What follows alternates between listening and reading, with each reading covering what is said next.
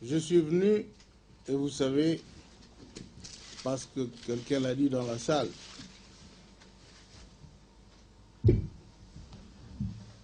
que notre diplomatie,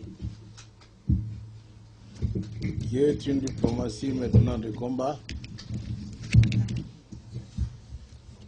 nous a amenés ici pour expliquer justement à la communauté internationale, notamment ici en Belgique, les réalités de chez nous, qui sont le plus souvent totalement déformées. Déformées surtout quand on prend des victimes pour des agresseurs. Nous avons trouvé dans le milieu que nous avons eu à aborder, à côtoyer, à discuter de la problématique de l'agression, rébellion. Nous nous sommes rendus compte que le peuple congolais était, une fois encore, absent de préoccupation de ceux qui cherchent les droits humains. Son calvaire ne compte pas du tout. On se soucie des agresseurs, des tueurs, ces sanguinaires que tout le monde connaît. Et on dit, lorsqu'ils ont voulu se défendre à Kinshasa, on dit qu'ils n'ont pas le droit de se défendre, les Congolais. Parce que s'ils se défendent, ils tuent les Tutsis. Il fallait donc que le peuple congolais ne se défendât pas et que maintenant n'ose pas libérer son pays. Parce que chaque geste dans la direction d'expulser l'ennemi est vu comme une tentative de créer un génocide. Nous avons écouté avec consternation ce genre d'abomination. Et c'est une injustice insupportable. Et je veux vous avouer, mes chers compatriotes, que la lutte continue et qu'il faudra soutenir, qu'il faut la continuer. C'est du moins la conclusion à laquelle ma délégation et moi-même sommes arrivés, après avoir rencontré d'éminentes personnalités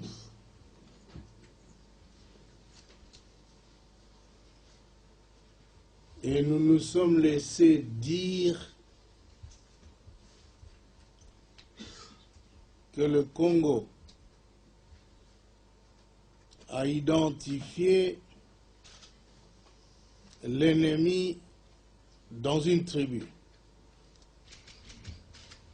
Et nous avons dit quelle tribu, naturellement, ils ont parlé de tribu Tutsi. Et comme tout le monde le sait, l'armée rwandaise, burundaise, sont des armées mono-ethniques. Et lorsque l'armée rwandaise est venue chez nous, on a vu une seule ethnie, Tutsi. Alors, si le peuple se défend contre l'agression de Tutsi, armé,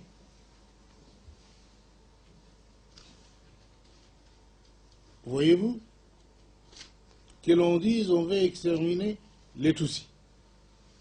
Alors qu'est-ce qu'il faut faire? Les laisser liquider le peuple congolais physiquement, les laisser nous asservir comme ils ont fait chez eux, avec la majorité Hutu. Quand est-ce qu'on fera une différence entre les Tutsis armés,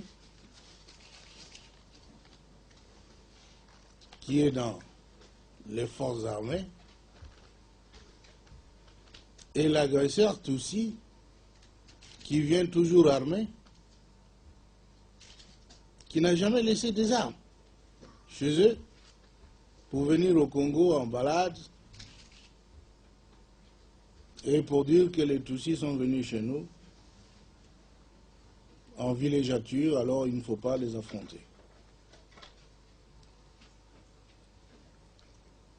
Vous avez un grand travail, vous, nos compatriotes ici, et je suis content que vous avez tous pris conscience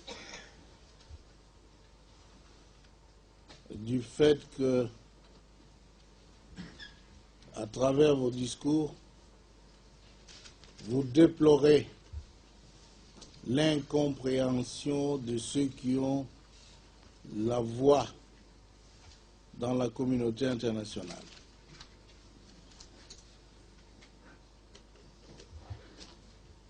Nous venons de séjourner quelques 48 heures ici.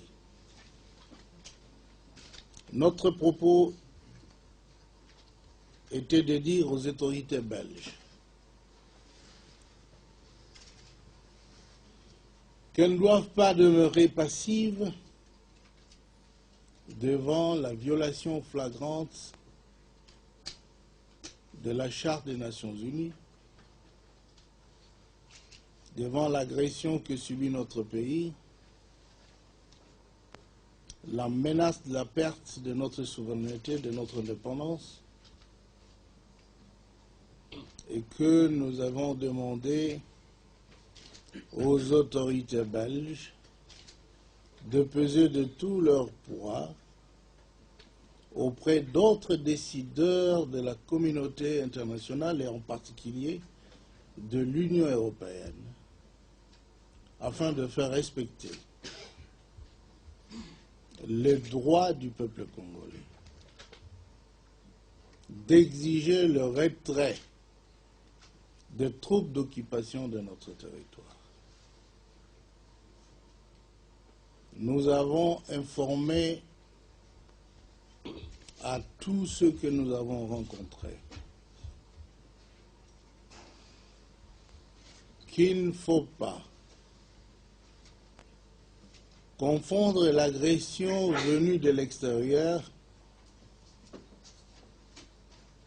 et ce qu'ils appellent être la rébellion interne. Tout le monde sait que 3 semaines après que les agresseurs aient lancé leurs troupes contre notre territoire, ces envahisseurs parlaient encore moins de rebelles. Ce n'est qu'après qu'ils se soient rendus compte qu'ils ne peuvent pas renverser le gouvernement légitime du Congo après 3 semaines de résistance, qu'ils ont accouru à une tactique célèbre, vraiment ordinaire dans le monde politique, recruter beaucoup de farfelus un peu partout. Et ils ont créé ce que maintenant on s'accorde à appeler une certaine rébellion. Ces gens, tout le monde les connaisse. Nul n'a vu le pauvre Wamba qui était à Dar es Salaam à l'université physiquement affaibli.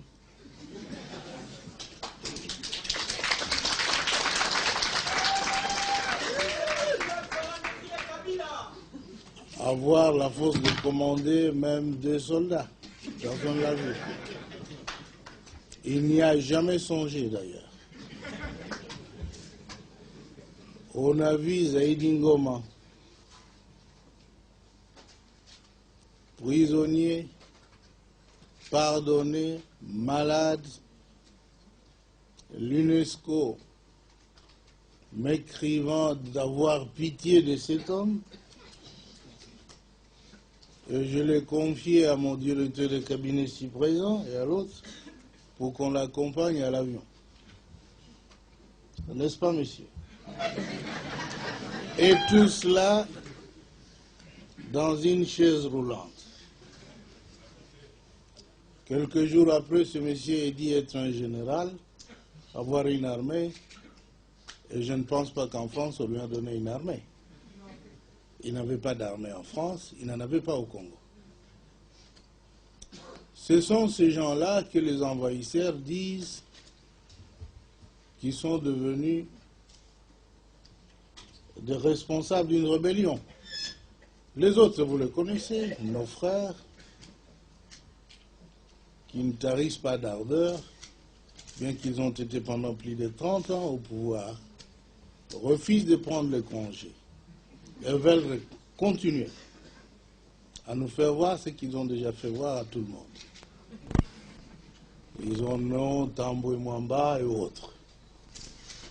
Et lui aussi, je pense, vous qui êtes ici, parce qu'il a toujours été ici, vous ne connaissez même pas qu'il a un seul bataillon. Il ne peut pas l'avoir ici, non?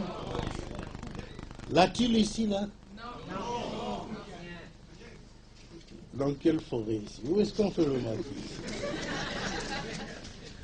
Alors, brusquement, ils sont présentés comme des généraux d'une armée qui s'est révoltée contre Kabila. Pas contre Kabila, bien sûr, il se trompe. Mais tout ce que nous disons, ces frères-là ont été utilisés par les envahisseurs pour cacher leur motivation. L'agression, vous connaissez, a une motivation économique. Tout ce pillage fait à l'Est, là, de mines, de café, mais c'était la raison de nos mésententes avec nos anciens alliés. L'autre motivation, c'est de prendre le peuple congolais pour un peuple mineur, et lui dire ce qu'il doit faire.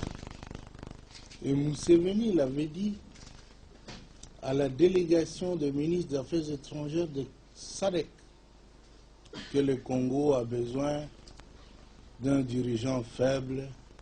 Kabila est trop fort. On lui dit, faites ceci, il refuse. Et qu'est-ce qu'on nous disait de faire? De donner à Museveni, à ses frères, des concessions. Parce qu'il s'y trouvait déjà. Je ne sais pas s'il coopérait avec les autres, les Mobutistes avant. Ils avaient des concessions. On leur disait maintenant, allez régulariser votre situation au ministère des Mines. Pour eux, c'était là des insultes. Ils avaient droit d'avoir des concessions au Congo. On a dit, messieurs, ce n'est pas possible. Le droit de frauder les cafés, le bois, la papaye, l'or. Et comme on ne pouvait accepter que ces choses se fassent autrement que par le canal légal établi, c'était une source de mésentente. Enfin, l'expansion territoriale est une autre motivation. L'Empire Himatusi a besoin de territoires, de terres congolaises. Et vous savez que nous ne sommes pas d'accord. Je viens d'apprendre ici, que vous n'êtes pas d'accord non plus. Alors, cette guerre qu'on nous impose est une guerre injuste.